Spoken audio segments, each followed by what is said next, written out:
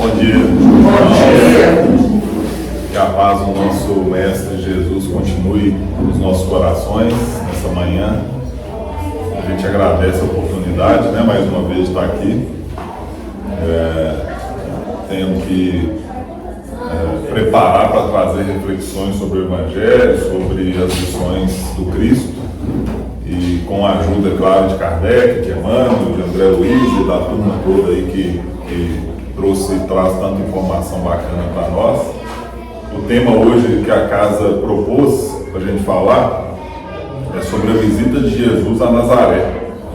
E aí a gente vai contextualizar um pouco como foi isso e trazer a ajuda de Emmanuel, que tem lições sobre isso, e falar um pouco sobre o próprio registro que está nos... Tem 3 evangelhos, só no Evangelho de João que não tem esse registro. Mas a gente vai falar primeiro com base no Evangelho de Lucas, que é quando registra a chegada de Jesus a Nazaré depois do seu crescimento, depois da sua infância, e de quando ele vai começar o seu ministério, o seu trabalho. Jesus passa primeiro em Nazaré, e aí a gente tem o registro dessa passagem.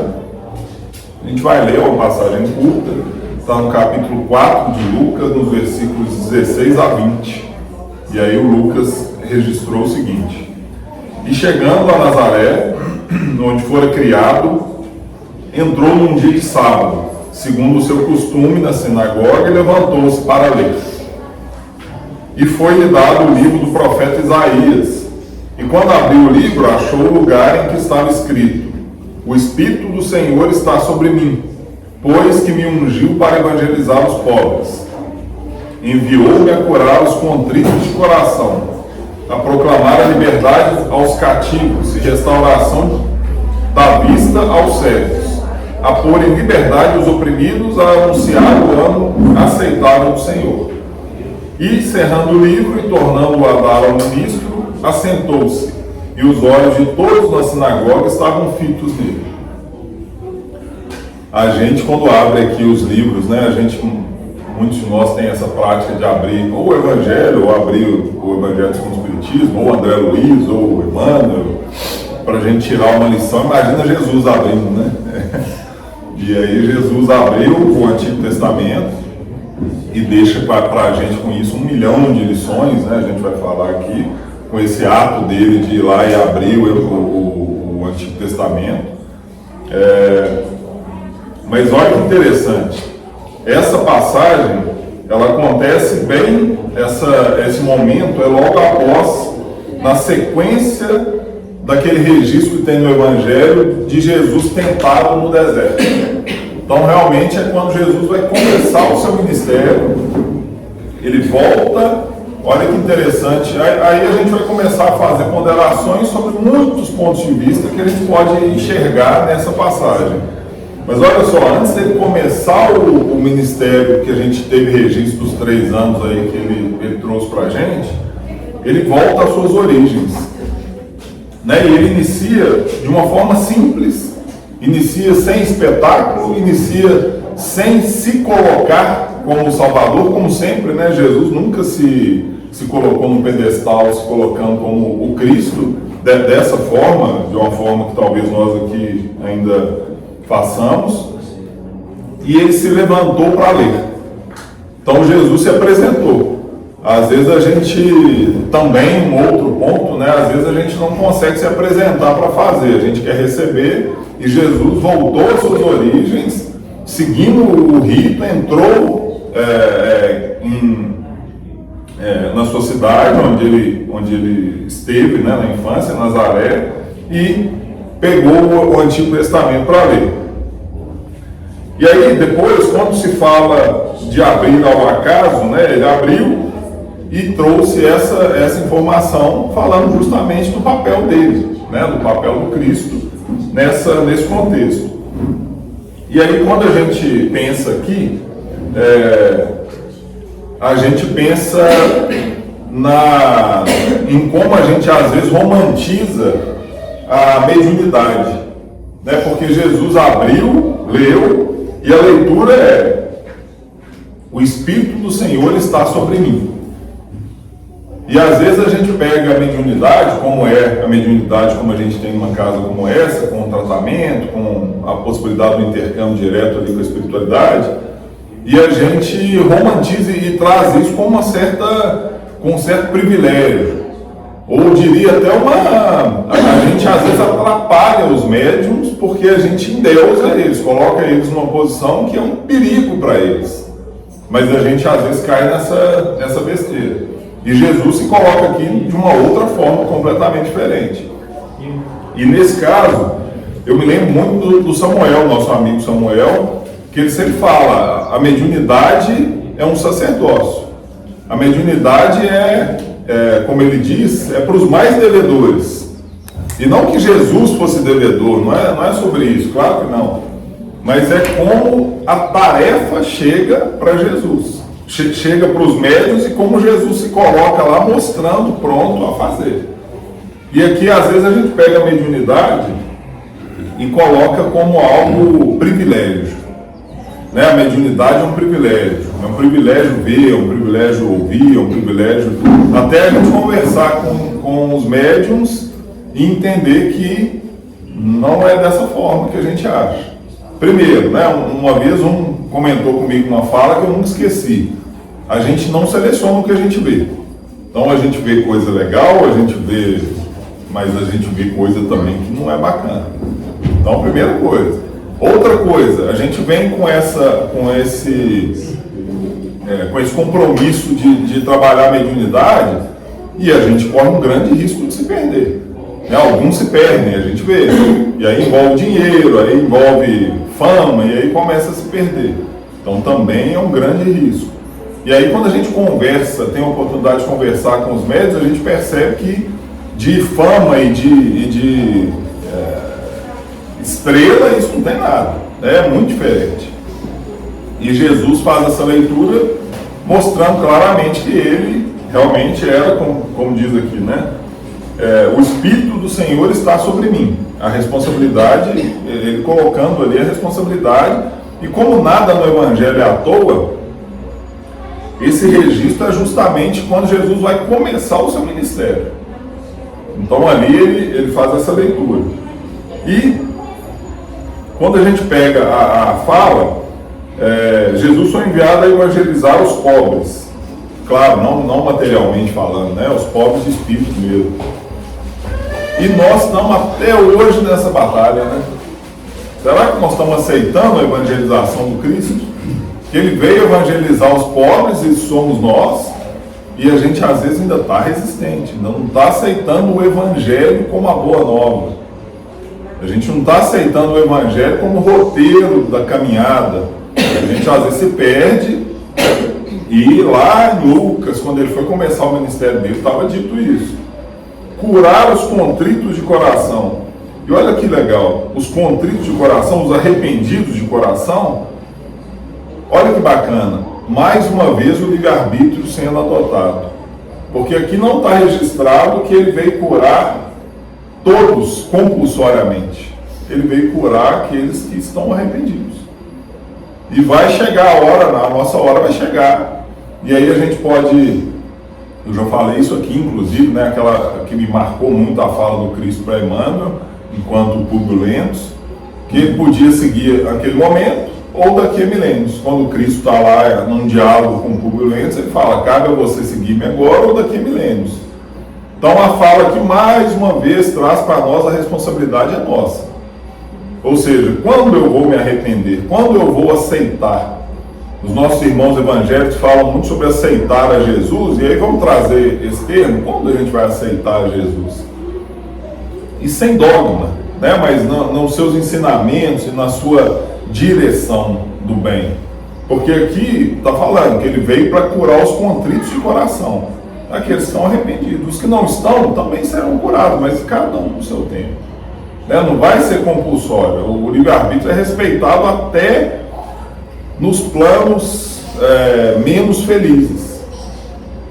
Né? A gente, quem já leu o André Luiz, tem muitos exemplos. Eu estou relendo agora a Libertação, onde a gente tem Gregório, um irmão, e aí André Luiz faz uma imersão lá no local onde Gregório, naquele aquela comunidade ali, e existe toda uma organização, existe os ministros, existe uma organização, e será que Deus seria incapaz de acabar com aquilo tudo?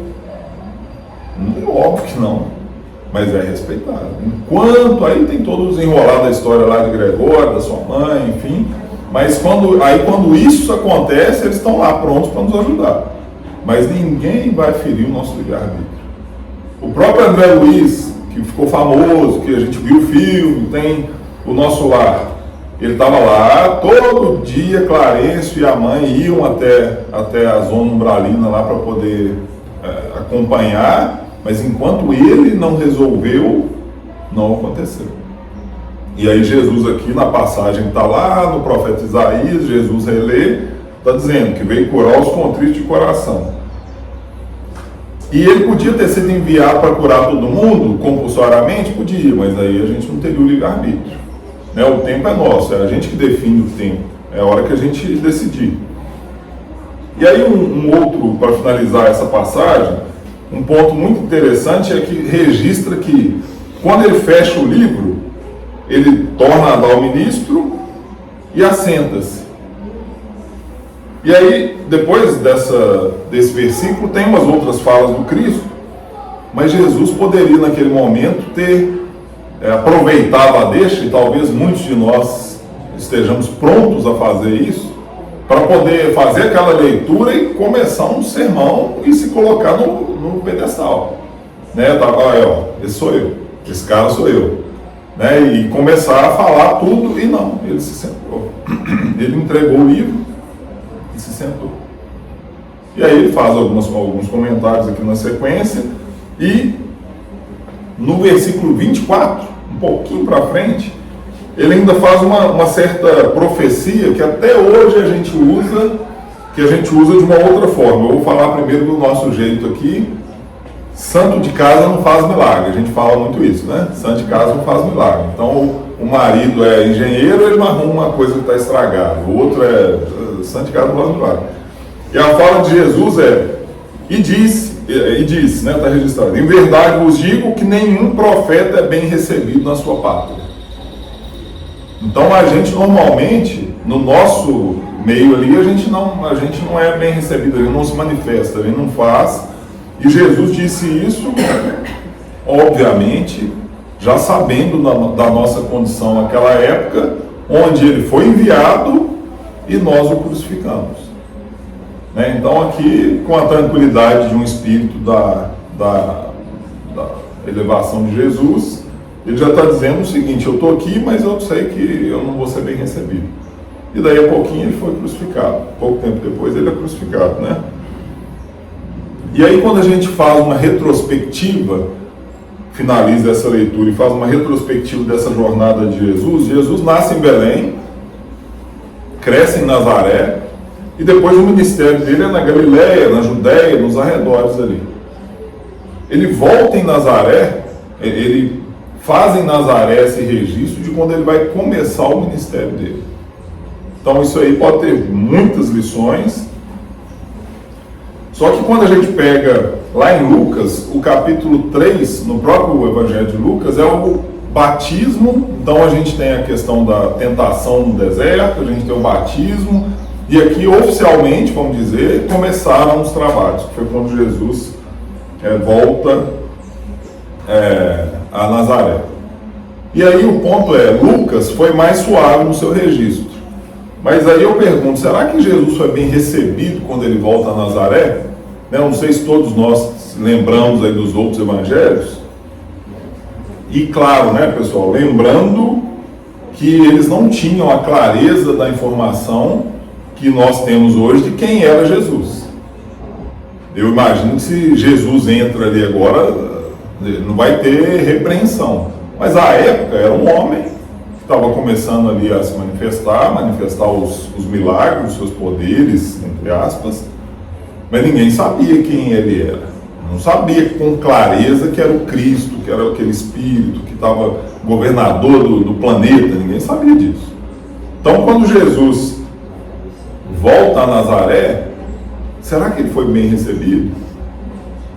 Né? E será que a gente está recebendo bem aqueles que são enviados a nos ajudar? Porque nós, assim como aquela época, nós também muitas vezes não sabemos com clareza. Né? Seja um amigo com uma palavra, seja uma casa que nos recebe de porta aberta para ajudar, seja um monte de oportunidade que a gente tem, será que a gente está usando da melhor forma? Será que a gente está recebendo da melhor forma o Cristo como foi aquela época?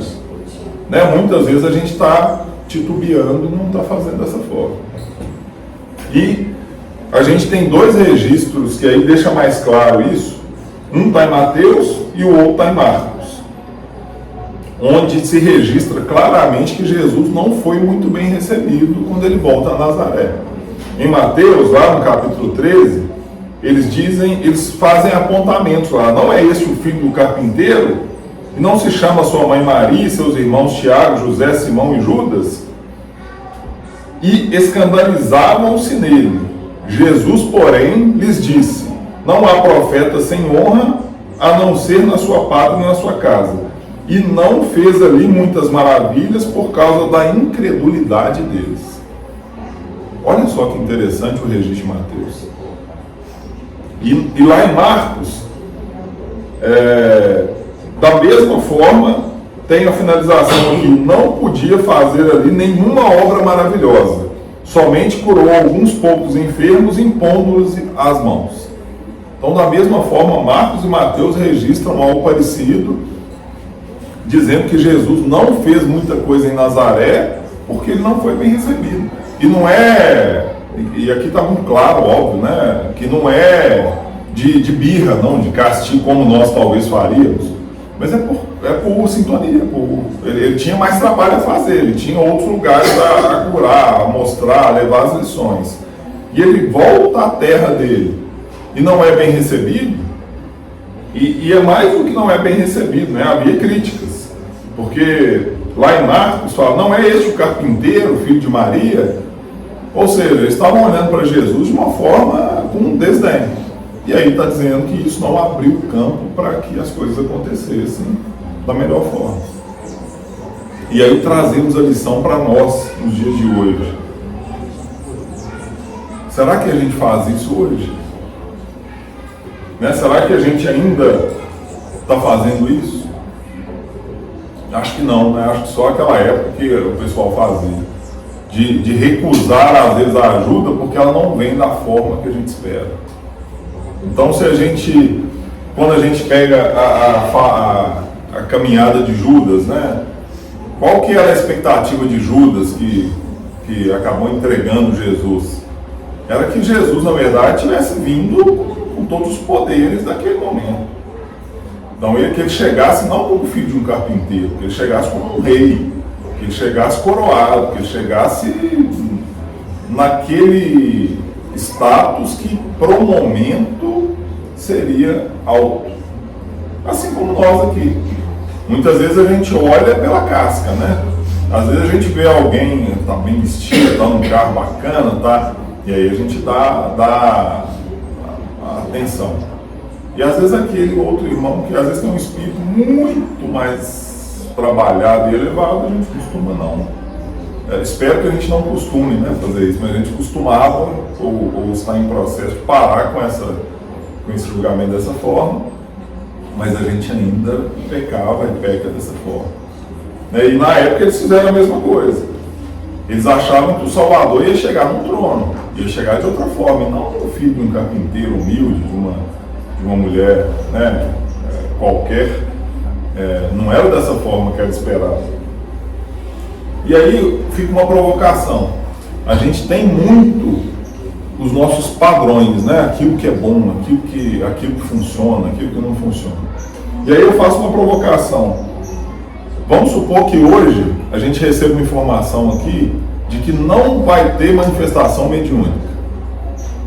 Então a gente não vai ter o intercâmbio direto com os espíritos. Será que nós vamos confiar? Muitos de nós, e aí eu vou dar um relato pessoal aqui, porque senão fica parecendo que eu já consegui, estou falando dos outros, né? Eu tenho as minhas dificuldades, mas A gente, lá quem estudou aí o livro dos médiuns, do capítulo lá do maravilhoso e do sobrenatural, a gente ainda trata a mediunidade como algo, como um espetáculo. Então muitas vezes, se a gente entra na sala e não tem a manifestação direta do Dr. Damastor e de outros, a gente titubeia. E a gente se engana porque o tratamento está acontecendo aqui há muito tempo. Ou melhor, já está acontecendo desde quando a gente programou de vir para cá, talvez. E a gente ainda precisa da fala direta. E quando ela não acontece, a gente hoje não teve tratamento. Né? Eu já ouvi isso muitas vezes, hoje não teve tratamento. Porque não teve. Teve muito tratamento, mas a gente ainda classifica o tratamento com essa régua. E aí, claro, antes de falar sobre as dificuldades do outro, né? A Raquel e eu, nós chegamos nesse grupo tem uns 13 anos que a gente chegou e a gente veio, hoje eu tenho 2 filhas e elas vieram através desse grupo, desse tratamento. A gente tinha um monte de diagnóstico, um monte de coisa, não podia ter filho, e a mais velha fez 10 anos sexta-feira. Então, 10 anos que ela nasceu, mais uns 2, 3 tratamentos, nós chegamos nesse grupo. Durante o tratamento, quando a gente ia à casa e não tinha o Samuel, a gente voltava cabisbaixo. Hoje o tratamento não teve. Até a gente começar a entender que não tinha o Samuel, mas a cólica que a Raquel sentia continuava existindo. Né? Então a gente começa a... E aí a gente às vezes observa, às vezes o Dr. Damastor se coloca, até pela humildade do espírito, às vezes ele se coloca observador, orientando outros médiuns e espíritos no trabalho, e às vezes ele não atende aos nossos olhos. Ele não atende através do Samuel, ele está lá, o Samuel, o corpo do Samuel, para quem está enxergando, está lá parado, e o Dr. Damastor está lá, vendo, e claro, trabalhando de uma forma que a gente não enxerga, mas aí a gente vê muitos falando, e hoje o doutor não atendeu.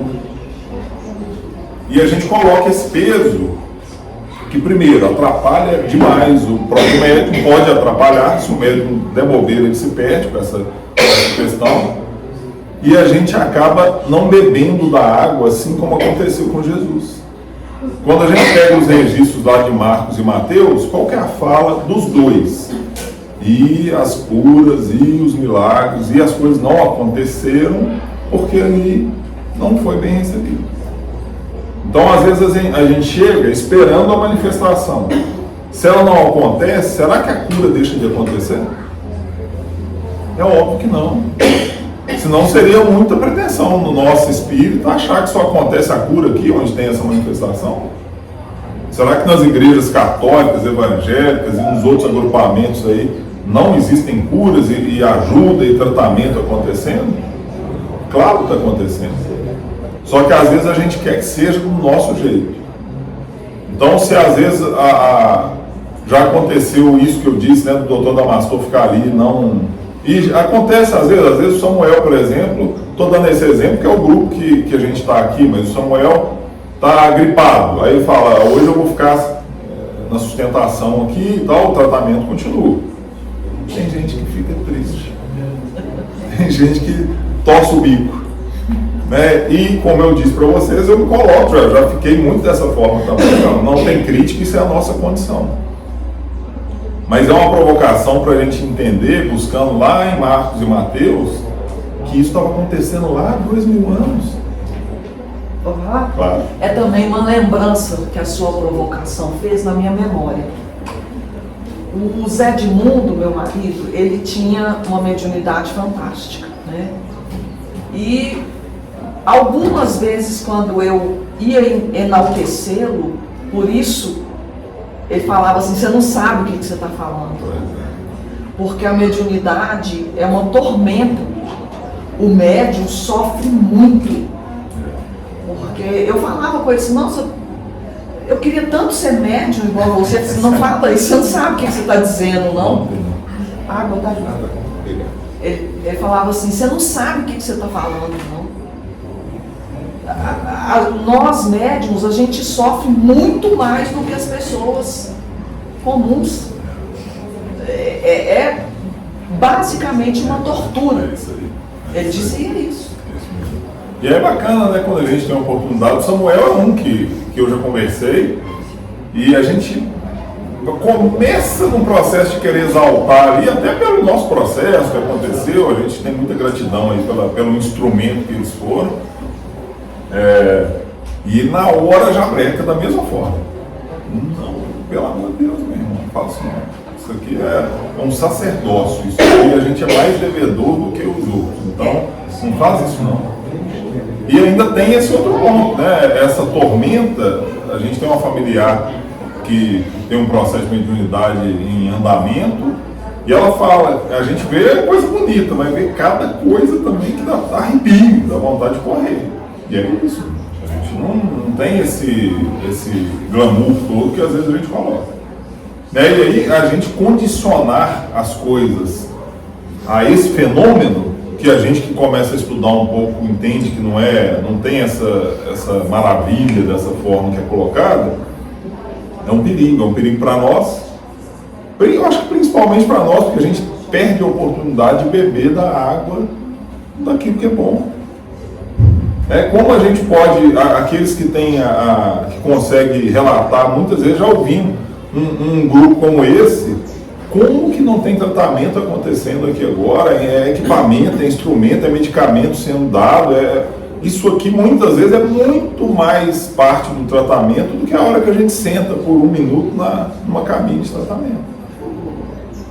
Alexandre, o tratamento espiritual ele é composto por algumas etapas. Conversa fraterna, passe, água frutificada e estudo. O principal de um tratamento espiritual é o estudo. Por quê? Porque o estudo faz a pessoa mudar de conduta. Vibração, né? O que adoece a gente é a nossa conduta, o mal santo. Isso aí de outras vidas ou dessa vida mesmo. Então o que vai curar a gente é a nossa mudança de conduta. Porque Jesus, em todas as curas dele, ele falava, sua fé te curou. Ele quis dizer o seguinte, a sua acrescentava, né? Vai e não peques mais. Vai e não peques mais. Porque senão volta. Porque quando ele falava isso, ele quis dizer o seguinte, olha, o seu buscar te curou. A sua movimentação diferente do que você fazia antes te curou. Agora, se você continuar fazendo o que você fazia antes, vai voltar tudo de novo. Então, a essência de um tratamento espiritual está aqui dentro do salão. É a gente prestar atenção no que está sendo falado, tentar aplicar aquilo no nosso dia a dia. Porque ali dentro da cabine de passe, a gente vai sentar ali e vai ser aliviado. A gente vai tratar sintoma ali. É Novalgina, né? Ali é Neusaldina espiritual. Lá você vai sair sem dor de cabeça. Mas o que causou sua dor de cabeça? Você ir lá. É o que a gente vem. Então a gente tem que entender esse processo também. E se colocar como protagonista do processo, né, pessoal? Porque a fé e essa mudança de conduta cabe a nós. E por isso que Jesus lá, como eu falei agora há pouco de novo sobre Jesus com Públio Lentos e Jesus em outras situações, por que Jesus não fez de forma compulsória para que Emmanuel ali já se transformasse e fizesse tudo? Por que em outras situações Jesus não curou? Será que ali ele não sabia curar? Não, essa parte aqui eu não desenvolvi ainda, eu não sei curar. Claro que não. Porque isso está ligado à nossa mudança de conduta e está ligado à nossa fé. A própria espiritualidade, de novo, né, esse processo que nós vivemos, a gente foi uma vez falar alguma coisa e falou 90% foi a fé. E 10% é alguma coisinha que a gente faz aqui. Então, a nossa mudança, a nossa fé, e aí isso é que traz para nós a responsabilidade da gente não colocar o peso no ombro dos médiuns, de que eles que curam, eles é que fazem. Nossa, então o médium hoje não pôde vir, poxa, me atrapalhou, porque hoje eu queria ser curado, hoje eu queria falar com o espírito, isso é nosso. Isso é nosso. Então, qual que é o grande ponto que a gente trabalha tanto dentro da doutrina? Não é a reforma íntima? E é o que a gente conecta a doutrina, não é a caridade? E não é à toa. A caridade, ela provoca em nós uma reforma íntima, quando a gente faz de coração e se doa de verdade, provoca em nós uma reforma gigantesca. E a gente às vezes acha que está fazendo para o outro, e na verdade nós estamos fazendo é para nós. Tarefa, quando a gente faz, é uma forma da gente alimentar em alguns momentos, claro, né, pessoal, o ego nosso ali de que eu estou fazendo para o outro, mas eu estou fazendo é para mim. A campanha do quilo, eu fiz campanha do quilo por muitos anos e é um exemplo clássico. Você acha que está indo lá recolher alimento para os outros. Então, não, eu estou indo recolher. Aí no início você se coloca como... Depois você percebe que, na verdade, o alimento é só uma desculpa. Você está indo ali desenvolver um monte de coisa. Um monte de coisa. É a reforma íntima e a caridade vem ali te ajudando nesse processo. Mas a responsabilidade é nossa. Então é importante essa fala porque lá há 2000 anos a gente não permitiu, muitos de nós devíamos estar lá naquela assembleia, a gente não permitiu que Jesus fizesse coisas melhores em Nazaré pelo nosso julgamento, pela nossa descrença. E às vezes nós estamos até hoje fazendo isso. Porque não houve a manifestação da forma, e hoje não teve. E hoje eu não recebi. O Espírito hoje não falou comigo. Né? A gente às vezes entra em DR com o Espírito. Não, porque hoje ele não falou comigo, ele não quis conversar comigo hoje. O Espírito hoje estava emburrado, ele passou lotado, passou direto em mim. Gente, isso é coisa. E é natural da nossa condição, tá? Eu me incluo e não há crítica. Mas isso faz a gente perder a oportunidade de receber. Se a gente abrir o coração, a gente, claro, o Espírito não tem tempo para ficar com raiva de ninguém, não. Ele está trabalhando, ele está servindo, ele está ajudando.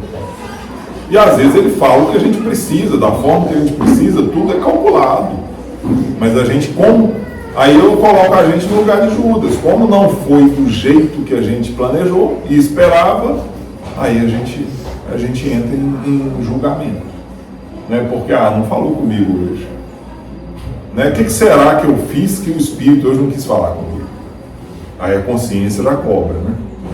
Então, enfim, a gente precisa entender que esse processo acontece e ele está, como o Toninho bem disse, isso está muito mais na nossa mudança de conduta, na nossa reforma íntima, no nosso merecimento que acaba vindo em conjunto com tudo isso, na misericórdia, do que no Espírito que vai principalmente se manifestar através do médium.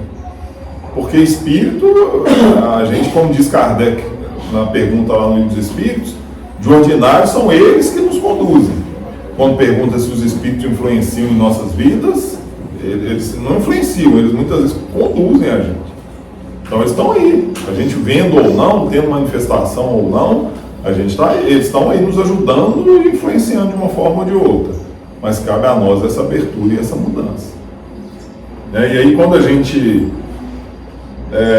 busca a ajuda de Emmanuel, tem uma lição no livro Harmonização, que aí traz um pouco da postura do Cristo diante dessa situação para a gente pensar um pouquinho. Está na lição 10 desse livro, e é um comentário sobre essa parte, esse trecho que nós lemos, né, de Lucas. E Emmanuel diz o seguinte: se houve alguém na Terra com bastante iluminação para prescindir do auxílio de livros edificantes, esse alguém foi Jesus. Entretanto, o Cristo leu segundo a notícia dos Evangelhos. Então, a gente não tem nada à toa nesse registro que que foi trazido para nós nos Evangelhos. Muitos de nós acham que não precisa mais. Né? Então, muitos de nós acham que já sabe. O Chico contou uma vez uma história de um irmão que chegou para ele e falou que Kardec estava ultrapassado. Chico, esse trem de Kardec está ultrapassado. Olha o tempo que está escrito e não muda, não tem atualização, né? Nós estamos acostumados agora com as atualizações, né? Tudo atualiza, tudo. E começou a criticar o Evangelho. E aí o Chico contou que Emmanuel, na hora, se fez presente e falou: Chico, diz para esse irmão o seguinte: Pergunta se ele está seguindo tudo que está colocado no Evangelho. E a humanidade está conseguindo seguir tudo que está colocado no Evangelho. E aí o Chico perguntou amorosamente, daquele jeitinho dele, e o irmão não, titubeou. E aí o Emmanuel falou, enquanto a gente não estiver conseguindo executar o que está ali, não está ultrapassado. Né? Então, a gente às vezes, quando a gente pega aqui a fala do Cristo abrindo o Antigo Testamento para ler, qual lição nós podemos tirar disso? Porque muitas vezes a gente acha que já sabe. Não, eu já li uma vez, não preciso ler mais não. Né, o culto mesmo, quem tem o costume de fazer o culto, né, vai fazendo ali sequencialmente, aí da primeira vez que isso aconteceu lá em casa, mas a gente vai ler de novo o Evangelho. Né, porque você demora alguns anos, dependendo da dinâmica que cada um usa aí, vai lendo. Aí chega uma hora que acaba, capítulo 28, a gente vai voltar. Vou de novo. Não sei, você já está conseguindo executar tudo, tá ali? Alexandre, nós vamos fazer isso de novo 1000 anos. 1000 anos, 1000 anos a gente vai. Tomara que seja só 1000. E a gente tem às vezes essa pretensão, achar que não precisa. Então essa lição aqui, podemos tirar um monte de lições, mas o Emmanuel está provocando aqui. Se tem alguém que podia não ler nada, era Jesus. E ele pegou lá, abriu o Evangelho e o Antigo Testamento e fez a leitura dessa passagem. E às vezes a gente se coloca e às vezes nem é uma arrogância ainda nas nossas raízes ali, porque às vezes a gente já está entendendo que o processo não é bem esse, mas a gente tem a pretensão às vezes de achar, não, já li André Luiz, não tem que ler de novo não. Aí quando você lê de novo, eu estou lendo agora Libertação outra vez, como eu disse para vocês, eu já li há muitos anos atrás e parece que eu nunca li. Estou lendo agora com outra cabeça, estou lendo e falo, gente, eu nunca li esse livro. E é isso. Eu achei, assim, como que tudo se conecta nessa fala, né? Tudo que a gente está falando aqui agora, a mediunidade, né? O próprio espiritismo, assim, não como religião do futuro, mas como futuro das religiões, isso tudo é um meio, né? Para fortalecer a nossa fé. Porque o que é importante mesmo é a transformação íntima. Isso aqui, né, que a gente está passando agora, até na hora que a gente vai na cabine mediúnica, é às vezes um meio para a gente conseguir entender que o que é importante mesmo é a gente se melhorar. É isso mesmo.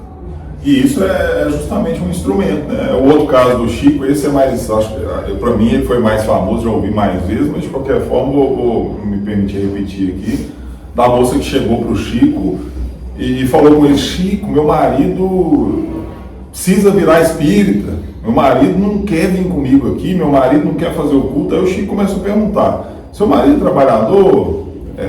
Nossa, trabalhador. Seu marido é um bom marido? Não, é um ótimo marido.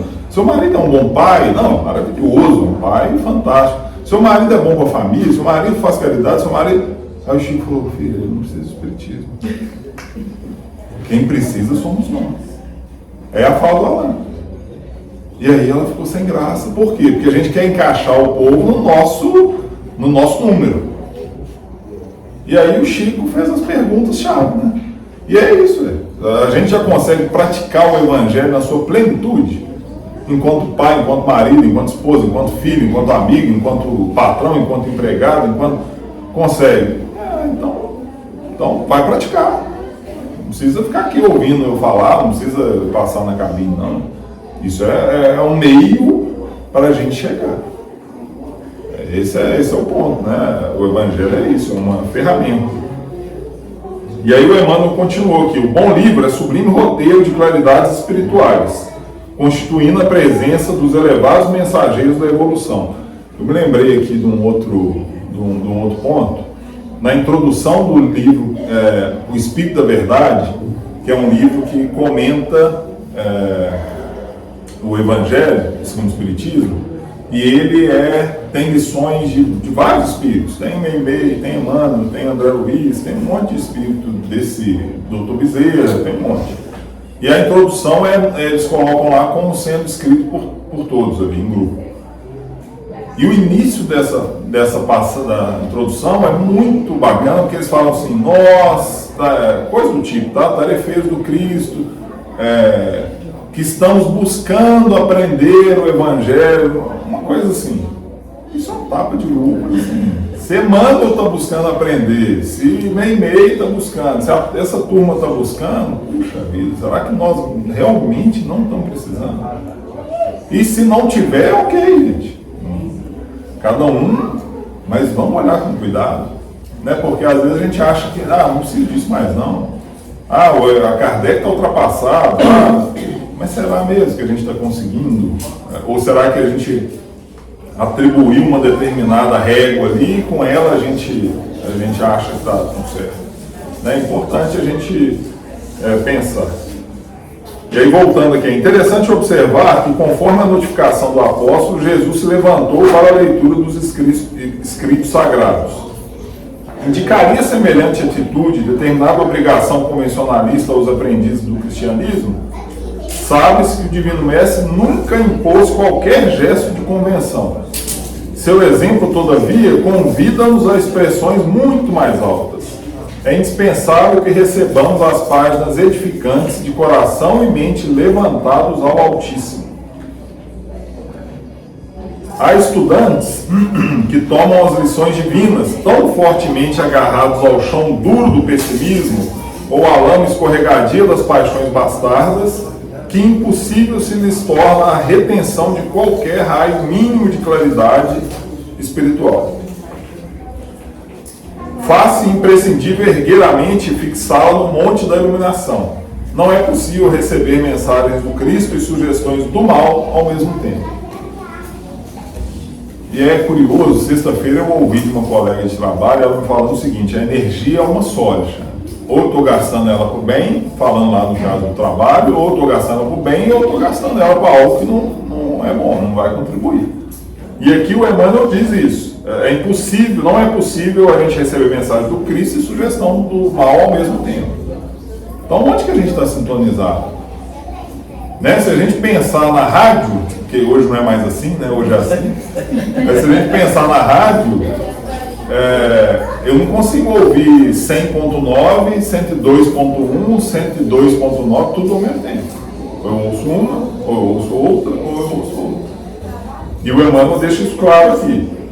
Só que aí ele coloca que a gente às vezes está agarrado ao chão duro do pessimismo.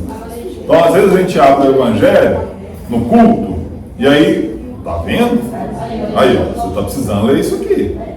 Tá vendo? Isso é para você. Tá vendo? E a gente não consegue, às vezes, enxergar o bem que está sendo colocado para nós. E que a gente não desanime, porque o nosso irmão Divaldo contava uma história, que uma vez, passando pelos perrengues que passou, estava lá, cabisbaixo, porque a gente se engana achando que esses espíritos não ficavam com esses momentos, tinham também seus momentos. Estava lá, cabisbaixo e triste. E aí ele entrou numa DR lá com a Joana de Ângeles. Pô, tô aqui, você escreve livro para todo mundo e manda mensagem para todo mundo e eu tô aqui passando esse tanto de dificuldade, esse tanto de perrengue, você não manda mensagem nenhuma para mim. E começou lá a reclamar. Divaldo, né? Então nós estamos ainda no caminho. E aí a Joana falou assim: Divaldo, beleza, pega um livro lá que nós escrevemos. Aí o Divaldo foi lá e pegou. Aí ela falou assim: abre aí o livro. Aí ele lê pra mim. Aí ele começou a ler: tu deves, não sei o que, tu. Aí ela falou assim: tudo que eu dito é pra você. Você está publicando os outros.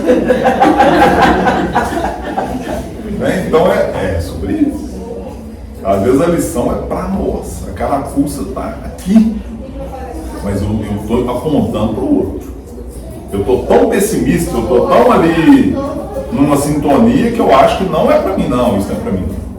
Sai lá uma lição que eu preciso cuidar melhor da família, das minhas filhas. Não, mas isso é para os outros que estão cuidando mal. Eu não preciso disso, não.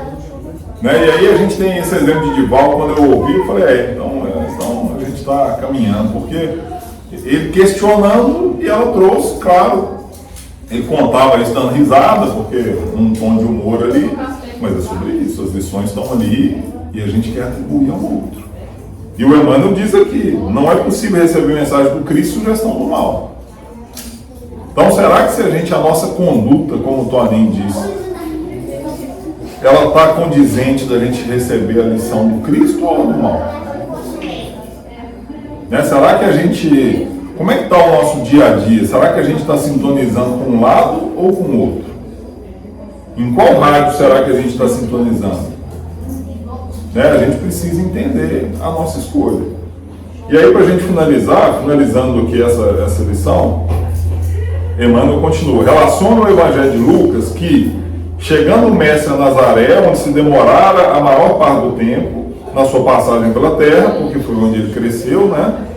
Entrou na assembleia dos que se dedicavam ao estudo da revelação, consonante seu costume, e levantou-os para ler. Todo aprendiz tem sua Nazaré, sua zona de atividade rotineira. É preciso que cada qual estabeleça aí o hábito de cultivar as possibilidades espirituais em face dos apelos divinos, e no instante de entrar em contato com os ensinos superiores, deve erguer a mente a Deus, a fim de que o Pai encontre lugar adequado em nós para conceder com proveito suas bênçãos divinas. Então a gente finaliza com esse chamado de Emmanuel, que condiz muito com o que o Toninho disse. A gente tem que se preparar e estar sintonizado e estar pronto para receber. A fonte está jorrando aí o tempo todo. Está o tempo todo pronto para atender aquilo que a gente precisa. Mas o Emmanuel deixa claro, a fim de que o Pai encontre um lugar adequado em nós. Será que a gente está proporcionando um lugar adequado para receber? Ou eu estou pedindo A e estou vibrando B?